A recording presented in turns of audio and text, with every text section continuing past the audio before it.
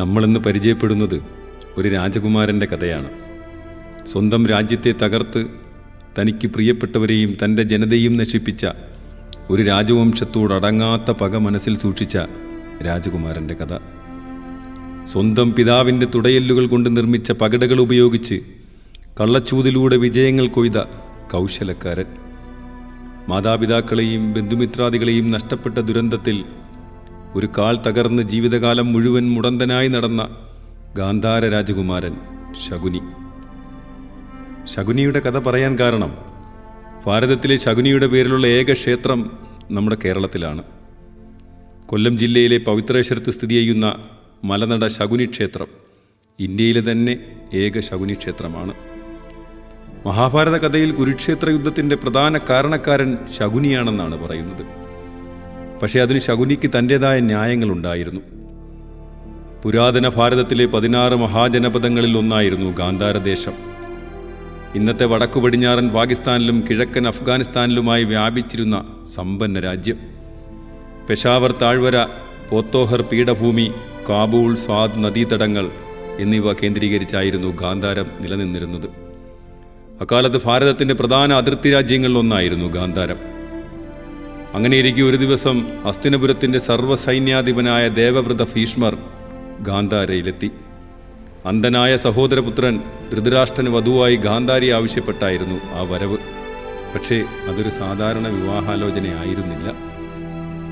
ചില കഥാപ്രചാരങ്ങളും ആധുനിക പുനരാഖ്യാനങ്ങളും പറയുന്നത് ഹസ്തിനപുരത്തിൻ്റെ ശക്തിക്ക് മുന്നിൽ ഗാന്ധാര രാജ്യം യുദ്ധത്തിലേക്ക് വലിച്ചിഴക്കപ്പെട്ടു എന്നാണ്.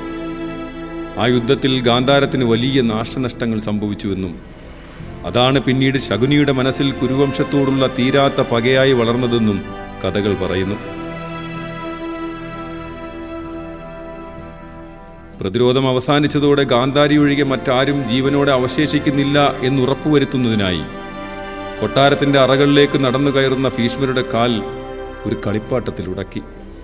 ഇടത് കൈയിൽ ഉടഞ്ഞ കളിപ്പാട്ടമായ തേരും വലത് കൈയിൽ ഊരിപ്പിടിച്ച വാളുമായി ഭീഷ്മർ അകത്തേക്ക് നടന്നു.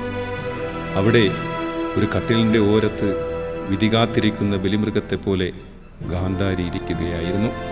നമ്മുടെ അനന്തരവനായ ഹസ്തിനപുര രാജകുമാരൻ ധൃതരാഷ്ട്രന്റെ വധുവാകാൻ ഏറ്റവും യോഗ്യയായത് നീയാണ്. ഭീഷ്മരുടെ ഘനഗംഭീരമായ വാക്കുകൾ ആ മുറിയിലാകെ മുഴങ്ങി. പക്ഷേ ധൃതരാഷ്ട്രൻ അന്ധനാണെന്ന സത്യം അദ്ദേഹം പറഞ്ഞതുമില്ല.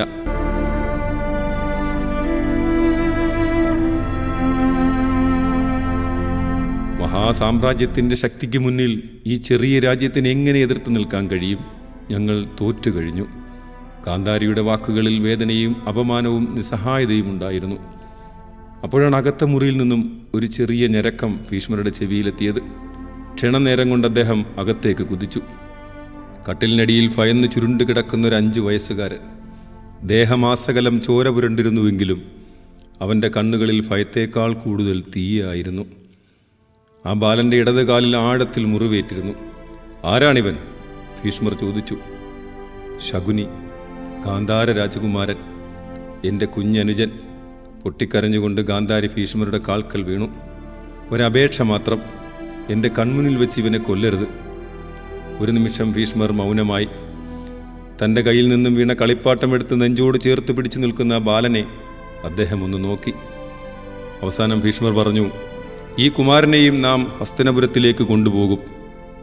പക്ഷേ തൻ്റെ ജീവിതത്തിലെ ഏറ്റവും വലിയ വിപത്തിനെ തന്നെയാണ് താൻ ജീവനോടെ വിടുന്നതെന്ന് ഭീഷ്മർ അന്നറിഞ്ഞിരുന്നില്ല.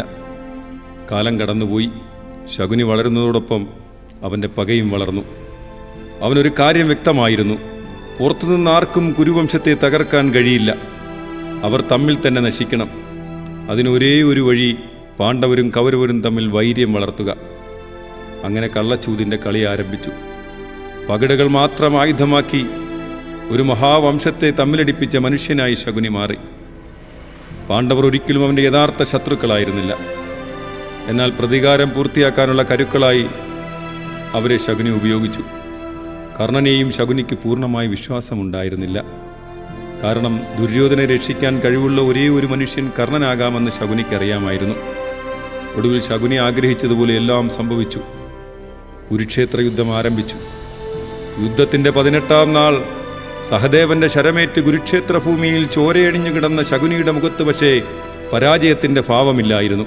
കാരണം ഭാരതത്തിലെ ഏറ്റവും ശക്തമായ ഒരു വംശത്തെ തൻ്റെ കുശാഗ്രബുദ്ധികൾ ഉപയോഗിച്ചുകൊണ്ട് നശിപ്പിച്ചവനായിരുന്നു താൻ. മരിച്ചു വീണ അച്ഛനോടും സഹോദരന്മാരോടും നൽകിയ വാക്ക് പാലിച്ചവൻ. ആ സംതൃപ്തിയോടെയാണ് ശകുനി അവസാന ശ്വാസം വിട്ടതെന്ന് കഥകൾ പറയുന്നു. ശകുനിയുടെ യഥാർത്ഥ ഉദ്ദേശം പഞ്ചപാണ്ഡവരിൽ സഹദേവനൊഴികെ മറ്റാർക്കും മനസ്സിലായിരുന്നില്ലെന്നും പറയപ്പെടുന്നു. എന്നാൽ ഒരു ശാപം കാരണം ആ സത്യം വെളിപ്പെടുത്താൻ സഹദേവന് കഴിഞ്ഞില്ല. പക്ഷേ ശകുനിയുടെ കഥ അവിടെ അവസാനിക്കുന്നില്ല. ഇന്ന് നമുക്ക് ക്ഷേത്രത്തിലേക്ക് വരാം. കൊല്ലം ജില്ലയിലെ കൊട്ടാരക്കര താലൂക്കിലെ പവിത്രേശ്വരത്താണ് മലനട ശകുനി ക്ഷേത്രം സ്ഥിതി ചെയ്യുന്നത്.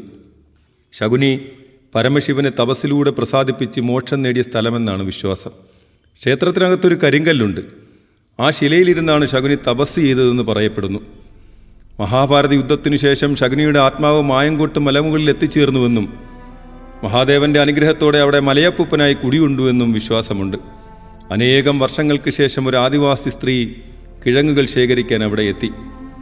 കയ്യിലുണ്ടായിരുന്ന അരിവാൾ ഒരു കല്ലിലുരച്ച നിമിഷം അതിൽ നിന്നും രക്തമൊഴുകി തുടങ്ങി.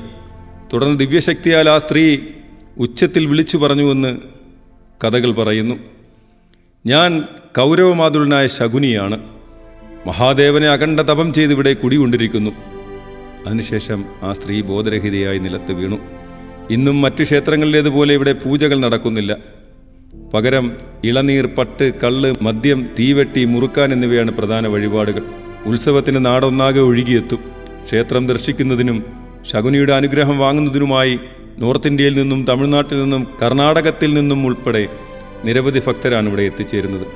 എല്ലാ വർഷവും മകരമാസം 20 ആരംഭിച്ച് 28 ഉച്ചാര മഹോത്സവത്തോടെ ഉത്സവം സമാപിക്കും. ഇന്ന് പവിത്രേശ്വരത്തെ ജനങ്ങളുടെ മുഴുവൻ ദേവനായി ശകുനി വിളങ്ങുന്നു. കുറവർ സമൂഹമാണ് ഇവിടുത്തെ പൂജാരികൾ. അവരുടെ വിശ്വാസത്തിൽ ശകുനി ഒരു ദുഷ്ടനല്ല, സാഹചര്യങ്ങൾ പ്രതികാരിയായി മാറ്റിയ അവരുടെ ദൈവമാണ്. അതുകൊണ്ടാകാം ചരിത്രവും ഐതിഹ്യവും വില്ലൻ എന്ന് വിളിച്ച മനുഷ്യനെ ഒരു ദേശം മുഴുവൻ ദൈവമായി ഇന്നും ആരാധിക്കുന്നത്. ചരിത്രവും ഐതിഹ്യങ്ങളും വിജയികളുടെ മാത്രം കഥയല്ല, അത് പരാജിതരുടേത് കൂടിയാണ്.